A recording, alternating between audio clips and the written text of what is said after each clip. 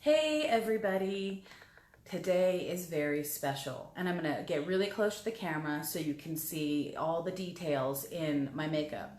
And today is the day of the hummingbird. Hummingbird for me is an incredibly special energy. So it's not just gonna be me talking about symbolic meanings of the hummingbird and how to apply it to your day. It's also gonna be me storytelling about how special hummingbird is specifically to me. So I'm gonna play with you guys. I'm gonna move in close so you can see. I've done a hummingbird mask. I've got a beautiful bird in the flowers in my hair, but I'm gonna bring you in close so you can see. So here we go, ready? This is my hummingbird homage. Now, as a story for you guys about hummingbird, the beautiful, amazing, and spectacular pollinator, the hummingbird, what you want to keep in mind is she is literally the symbol of beauty, love, and joy. And so I put some extra special beauty, love, and joy here. So it gets more, I'm going to get even closer so you can see a really beautiful, you can see. So we have the symbolism of the jeweled, she's like the jeweled beauty. She's the jeweled flyer. She's the ruby throat.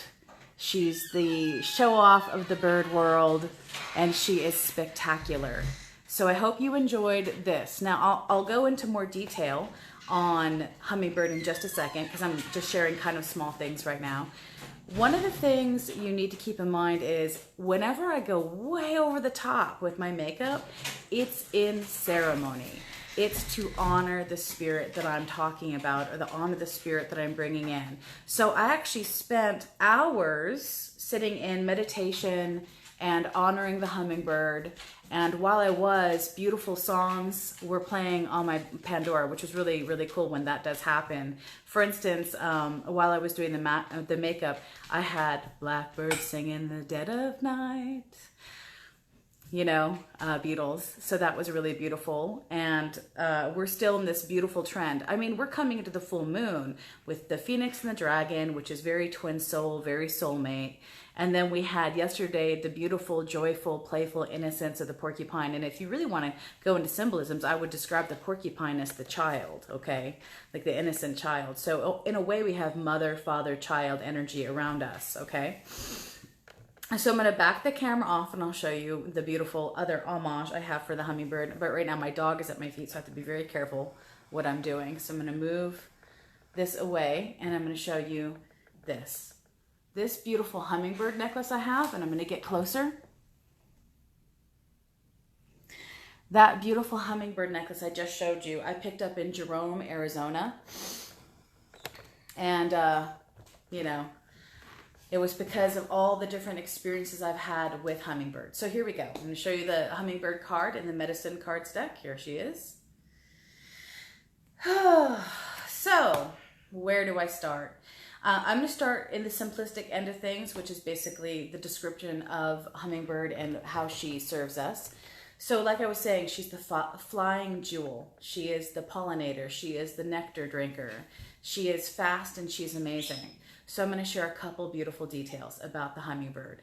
One, they can fly 2,000 miles to go from one source to another as they move and follow the flowers and the seasons. Two, when they're flapping their wings, when it's slowed down on a camera, their wings create an infinity motion. Three, they're like the feathered bees, because of course we know they're pollinators and nectar eaters, and they're very special. And then finally, they really are very brave. They're incredibly brave. They're not shy. If they know that you are serving them a source of nectar from your porch or balcony or your garden, and they get to know you, they have no problem getting in close. They're not fearful.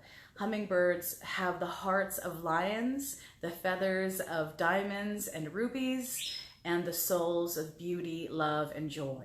So if you were going to apply it to your day, since today is the day of the hummingbird, the way you would apply it to your day is you really want to seek the nectar, okay, inside of your soul and inside of the world around you. You want to seek what is beautiful, and then you want to emphasize that beauty. You want to bring beauty to the people you care for and love.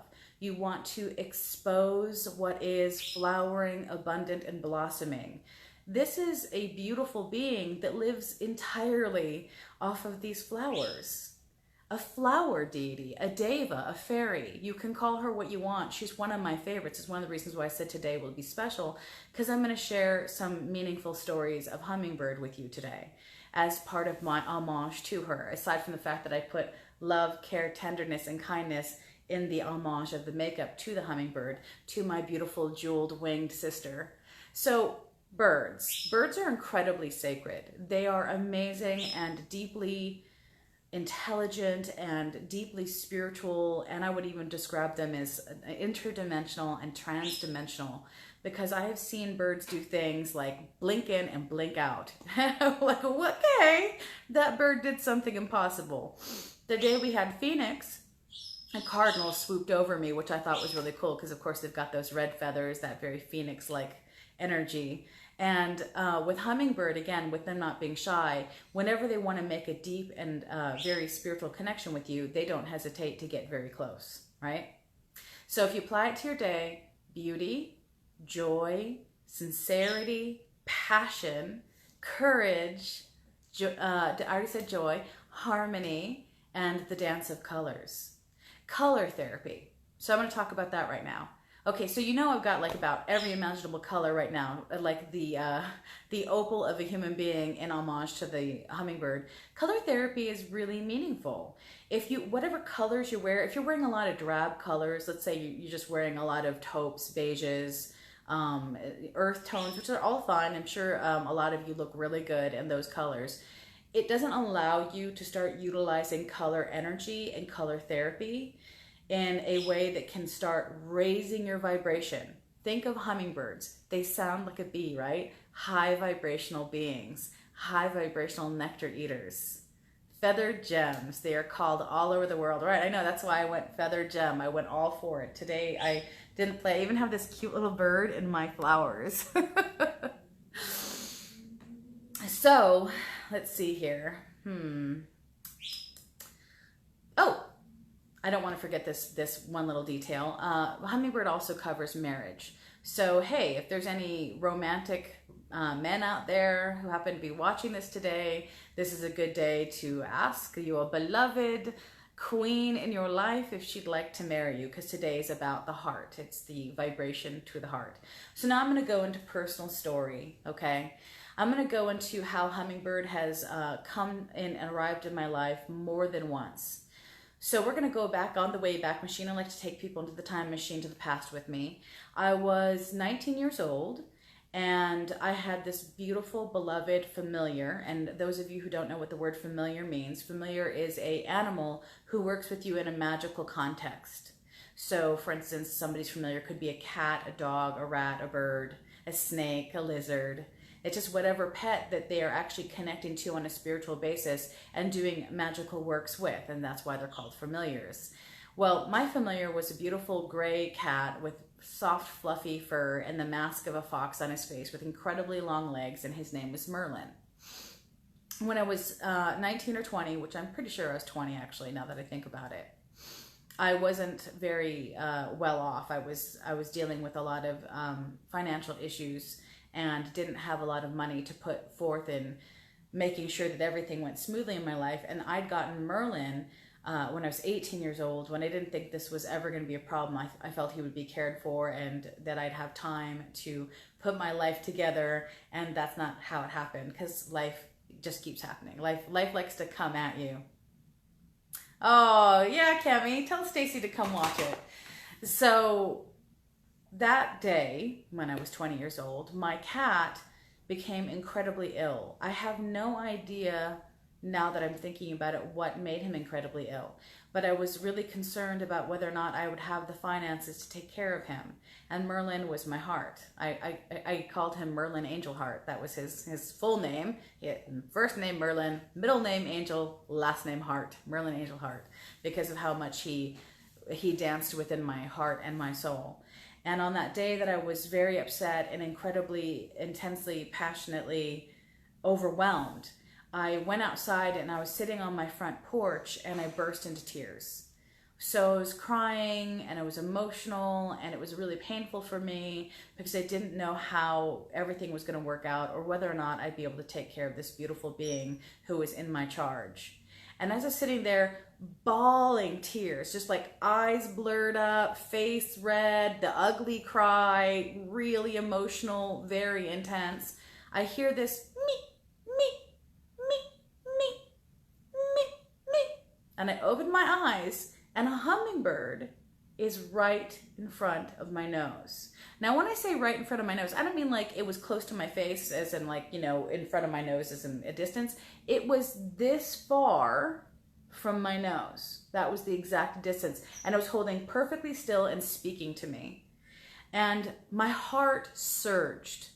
I felt that the hummingbird was expressing to me that it would be okay and that my beautiful angel heart, my beautiful cat, would find his way and we would make it to the next stage and I would be able to take good care of him. And within an hour, a phone call came in from somebody who said that they were going to help me take him to the vet and make sure he was cared for no matter what it cost. And so he made it. He made it through what had caused him ill. Now, again, I don't remember what had caused him ill. I just know that he was so sick he couldn't even stand up. It was really sad. Now, fast forwarding on the time machine to, let's see here if I can remember the date because this is so long ago. It was 1999 and my beautiful Merlin was very, very ill again. But this time he had an inoperable intestinal cancer. And so we had to ask a friend who worked for a vet tech to come over because we didn't want to take him to the vet and distress him. And so we wanted him to go peacefully in our house while we watched over him since there was no helping him. He was beyond repair. It was the cancer was too intense. And of course, this was this cat, this soul walker that I had worked with for many, many years and who had taught me many, many things, right? So the moment came, it was done very respectfully and very peacefully. And I took my cat and I wrapped him in fabrics so that I could take him for burial because I was going to bury my cat rather than cremate. And as I got into the car, I burst into tears because my beautiful cat soulmate is now out of my life. And as I burst into tears inside of the car and I turned the radio on, U2's song New Year's Day, I believe it was New Year's Day, was playing on the radio, and I have this blaring in my ears, I will be with you again. And of course now I'm like even more emotional, and as I'm bursting tears as it's playing around me, a hummingbird flies right in front of the window of my car. Now thankfully I'm not driving, I'm completely parked, I'm not driving anywhere at all. And I realized that that same medicine, that same magic and spirit that had reassured me when he'd been sick when he was much younger was now returning and connecting with me in this very intense and beautiful way to remind me that love was eternal. So when we're looking at the hummingbird spirit, we're looking at this beautiful energy of true love. I understand why it's used in marriage ceremonies and it represents marriage and love and all of that, because honestly, there it was. It was there the day that my heart was breaking when I thought my cat might not make it, and it was there again to greet me when my cat had transitioned, and I felt like that hummingbird was carrying the heart of my cat back to spirit. And so those are just two micro stories about Hummingbird. Now let's move forward again. So we're going through the time machine with Hummingbird. That's why I've had a very long journey with Hummingbird, or wouldn't have picked up this beautiful piece in Jerome, Arizona.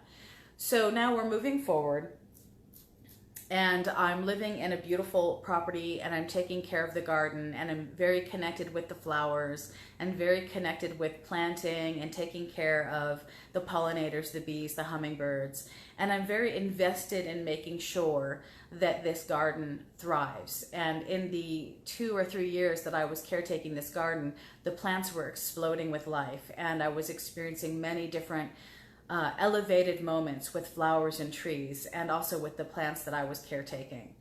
Well, one day, after having this really intense dream about transformation, and I'd spent, of the same 2 or 3 years that I was on this property, I'd spent the 2 or 3 years constantly rescuing birds that would get into this indoor-outdoor sunroom. So I was constantly rescuing birds and putting them back out into nature.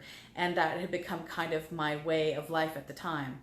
And I opened the door after having this really amazing dream about huge transformation, and a hummingbird is sitting on my doorstep. So I lift the hummingbird up in my hands and I offer it water and I speak to it, and after about 15 minutes it flies back to the heavens. Now we're moving to another time period much closer to now. It was about 4 or 5 years ago. I was in this beautiful deep meditation. Now this is the sacredness of birds that I'm going to speak about now, not just hummingbirds, but the sacredness of birds. So that evening I was in a ceremony to do a blessing on the planet, a ceremony of blessing the trees, the rivers, the land, and really very invested in it. And in the middle of vision, I'm sitting with a flowering plant. I believe it was a gladiola. I don't really remember now. It's been a while. Even though it was only a couple years ago, 4 years ago, it was a gladiola or something that started with a G. I was sitting with this flowering plant, and in this beautiful ceremony and meditation, I asked the flowering plant if there's anything that I can do for it. Because of course I'm in ceremonial meditation with this beautiful plant. So as I'm sitting with this beautiful plant, it says to me, I would like, because remember I asked it, do you have a request? I would like some butterflies. And I say to this beautiful flowering plant that is, of course, speaking of its love and connection with pollinators, I speak, oh, well, if you'd like to have butterflies, then you shall have butterflies. And I sweep my hand in a grand gesture. And again, I'm in meditation and ceremony, and I see all these butterflies flying out of my hands. It was beautiful. And then the plant said, well, you know, I'm also kind of partial to hummingbirds. And I said, well, then you shall have hummingbirds. And I do a sweeping gesture, and these hummingbirds fly out of my hands. And it was so beautiful. And after I was done, I put the plant outside for about an hour to just give it some sunlight. This is the next morning. And I go back out, and a bird, I kid you not about this, a bird had placed a sorghum seed in the blossom of the flower. Okay, now I don't know if the bird was flying over the flowers and dropped the sorghum seed in the very center of the flower, or whether it landed on the flowering bush and put the sorghum seed in the center of the flower. But this isn't my first time of experiencing birds coming into my life and bringing me gifts. I don't know if any of you saw the video footage of the girl who fed ravens, and they would bring her jewelry and trinkets and feathers and bright bits of yarn. But birds are incredibly generous and very interactive. Another example is, over the last couple of years, I have hummingbird feeders outside and I have bird feeders outside to honor the bird spirits. And in the last couple of years, they've been planting all these flowering wildflowers around my property. And I had this big empty pot that I was going to plant something, and I hadn't made my mind up in. I had not made my mind up. And then spring came, and the whole pot bloomed wheat. And that really impressed me. That reminded me that they know what we eat, right? They know we've got wheat fields, corn fields, sorghum fields. They are perfectly capable of being aware of our activity. They're not naive about human activity. So their ability to understand and connect with the fact that I've been feeding them for 2-3 years was, well, we're going to return the favor. And every single time they plant plants around the property or in any empty pot that I leave, it's always food. They're always planting food in my empty dirt pots. And that just shows you the magic of birds entirely. So let's go back to hummingbird. Let's go back to our beautiful being. So it's joy, it's love magic, it's marriage, it's color therapy, it's harmony, and it's happiness. So with all that being said, and I only think I have one person with me, but we will test this theory, okay? I wanted to do a love reading for someone. And if there's someone here who would like to get a love reading, because I have my karmic contract cards with me right now, you know, I would gladly and happily do that at this time. So anybody, any takers? I'll take the first me that pops up. and very, very happily give you a love reading about soulmate energy and marriage and love energy, because, well, that's what I'm doing right now. And if I don't seem like I'm paying attention, I am also focusing on something here onto the side for just a moment. So there you have it. Let's see here. Give me a second.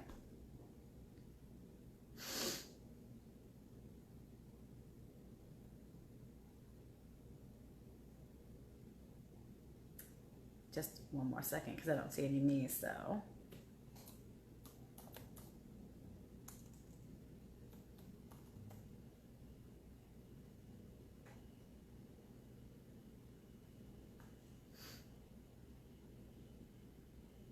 Okay, so now I'm back. So, today we have Hummingbird. I'm only saying this one last time. I'm recapping. Hummingbird is love, marriage, beauty, color therapy, and in oh yeah, right? Yes, they might be sad now because they left before the soulmate reading. So I'm doing a soulmate reading for the first person who says they want a soulmate reading, because we are with Hummingbird Totem today, Hummingbird Spirit Medicine. I've done my hummingbird mask and homage to the beautiful Queen of Jewels. And so we shall do a reading. So I have my karmic contract cards, and I created them myself. They're my own deck. It's not a deck that was purchased anywhere. And it was because I realized there was a desire and need to make better readings for those who wanted love and ceremony in their lives, and to realize what their connection with others are.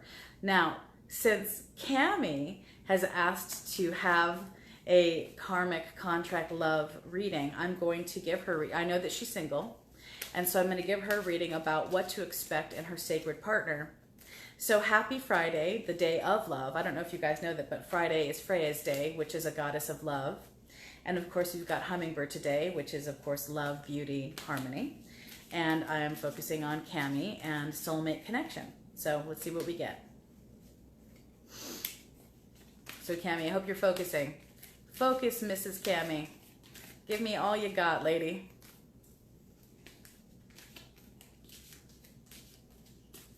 I'm almost there. Give me a second more. Ooh, that's really intense. The energy's really good. Okay, so here we go. Here's your reading. Okay, girl. This is good. This is good stuff. So you have a very special reading going on as far as your karmic contract and your soulmate. There's a couple different things you need to keep in mind, okay? Right now, your soulmate is going through a death and rebirth process, okay? And you already know this in a way, that the reason why you're still single is because you're not making any time for somebody who would just want to come in, date you, and wander off their own way. You're waiting for somebody who's going to hold sacred space with you as a life partner. Hold on one second. Thor! No scratching the face. My dog scratches his face. It's like so crazy how he does that. So, yeah, it's going to be your twin flame. It's maybe not going to be obvious right away that it's going to be your twin flame. And since he's going through a death rebirth process, that's the only delay that's causing him to be in spirit with you, but not in physical body with you.